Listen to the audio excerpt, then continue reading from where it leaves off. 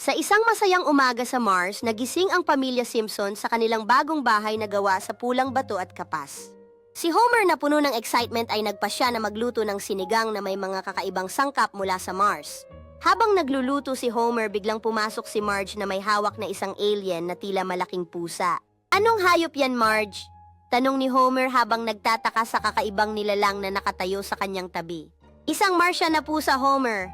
Pwede natin siyang gawing alaga," sagot ni Marge na may ngiti sa kanyang mukha. Ngunit biglang sumulpot si Bart na may hawak na isang laser tag na baril at humiyaw. "Mas masaya kung maglaban tayo sa mga alien." "Wait! Baka may masamang alien na gusto tayong agawin!" sigaw ni Lisa para bang nag-aalala sa posibleng panganib. "Relax, Lisa!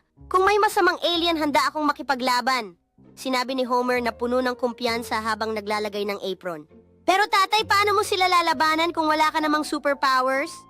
tanong ni Bart habang nag-aalala.